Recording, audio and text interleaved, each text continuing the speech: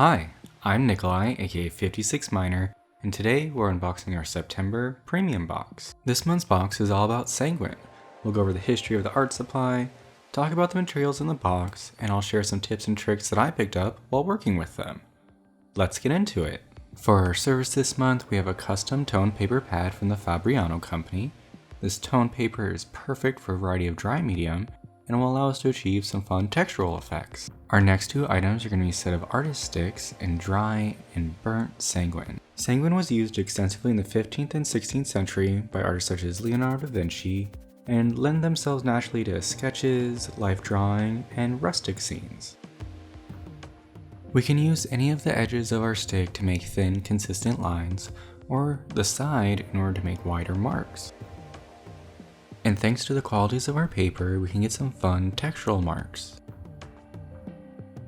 Our burnt sanguine stick is going to be a little bit darker and a little bit more saturated than our dry sanguine stick. We can also break our sticks in half in order to get a more jagged edge, and this will add a lot more life and variance into whatever you're sketching. Sanguine's iconic color comes from iron oxide, and these materials are typically made when mixed with clay or other chalk. I really enjoy using these artist sticks for gesture drawing. Gesture drawing is when you try to simplify a complex form down to its rudimentary shapes.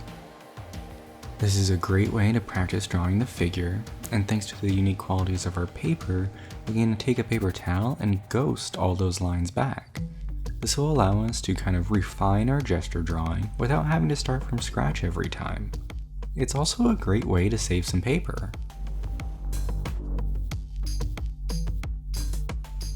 Because we can go in and sketch and then ghost those lines back, gesture drawing like this is a great way to practice more complex forms without all the pressure of making a perfect, finalized drawing.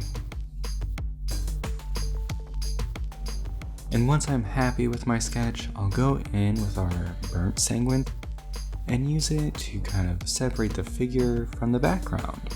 This will help it stand off the page and make it a bit more recognizable. Now, if you make something that you really love and you want it to stick around for a while, you can always treat your drawing with a spray fixative. This month, we're super excited to introduce you to another product from the Cretacolor company, and that's going to be their Sanguine powder.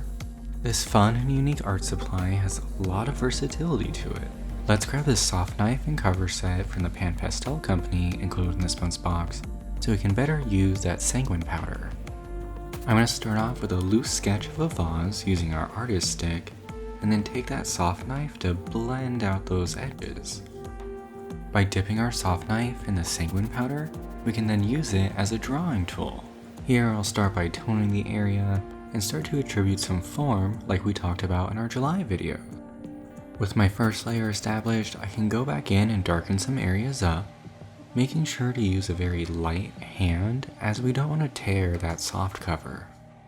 The sanguine powder really allows us to create some beautiful and soft transitions that complement with our artist sticks. Here I'll use the burnt sanguine to reinforce my outline and to darken up a few areas, making sure to go back in with that soft knife so that I can get those beautiful transitions we were just talking about.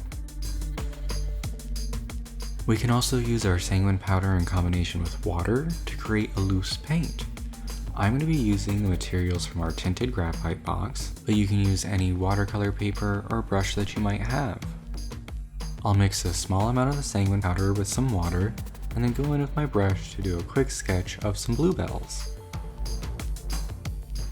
You'll find that working with a sanguine powder like this is similar to watercolor, but it's a little bit thinner and a little bit more loose. I really enjoy how the pigment pulls together and has a lot of variance just by its nature. And we can always mix in more of that powder to get a really saturated, dark value. Because we're using sanguine powder as a paint, it's going to dry to a very flat, matte color. Let's grab the last item in our box, the Winsor & Newton Studio Collection sketching set. This set contains a wide variety of materials that we can use in combination with our sanguine supplies. Here I've gone ahead and swatched out our materials on the toned paper and arrange them by value. If you'd like to work exclusively in Sanguine this month, try incorporating the white charcoal pencil for some dimension. By pulling in the white and our darker values from a set, we can get a really nice value range. This month, I thought it'd be fun for us to use our materials to create a still life of an apple. Now, if you don't have an apple handy, you're welcome to take a screenshot of this and work along with me, but I always suggest working from life whenever possible. I'll start by blocking in the rough shape of our apple using our dry Sanguine stick, and add a few contour lines like we talked about in our July videos. Next, I'll go in with our soft tool and buff out those lines and start to attribute a little bit of form. It's a good habit to start lighter than you might originally want to. That way you can always go back in and darken areas. It's always going to be easier to darken an area than to lighten it up. Taking a bit more of our powder, I'll start to establish the core shadow of the apple, making sure to use a light and painterly hand in order to get the softest transitions. Paying special attention to the center of the apple where the stem comes out, as well as the bottom where the apple kind of turns into shadow.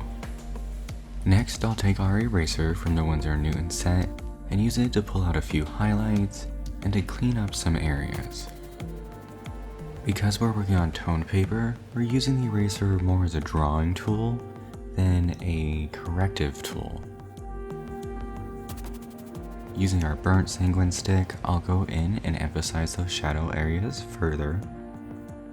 I really enjoy how the texture of the paper shines through with the Sanguine stick when we use it over the powder.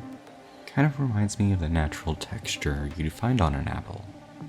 Taking our soft tool, I'll blend out some of those edges, but I don't want to remove all of the texture. So I'll go back in with the artist stick to emphasize a few key areas. Moving on to our background, I'm going to go in with our medium charcoal and use a hatching technique to build up some of that value. Once I've got a good base layer established, I'll go in with our blending stuff and smooth that out. I'll do that a few times in order to create a nice rich black, because that black is going to push into the background, so it's going to make our apple feel like it's pulling forward. Using our sepia pencil, I'll go in and emphasize the darkest areas of the apple, and create a cast shadow to help reinforce the lighting in our still life. I'll use our blending stump in order to smooth out that shadow, making sure to use a side that's not covered in the medium charcoal. With our shadow established, I'll go in and darken up some areas of the apple, as well as use the medium charcoal in order to emphasize the stem on our apple. Now, if you're looking for a bit more of a challenge this month, try taking some inspiration from our prompt selfie and do a self-portrait this month. A lot of early Renaissance portraiture uses a 3 crayon method, which is sanguine, white charcoal, and black charcoal. As a final touch, I'll go in with our white charcoal pencil and create a few highlights. The trick at this point of the drawing is to use those highlights sparingly. It's really easy to go overboard, which will flatten out your image and take away from the realism. Using the white charcoal over the sanguine will create kind of a pink color, so I suggest going in first with the eraser so you can work right on the toned pad. That's all for this month's video. Hope you enjoyed it, learned a few things, and if you post your work online, make sure you use hashtag SketchBoxSeptember.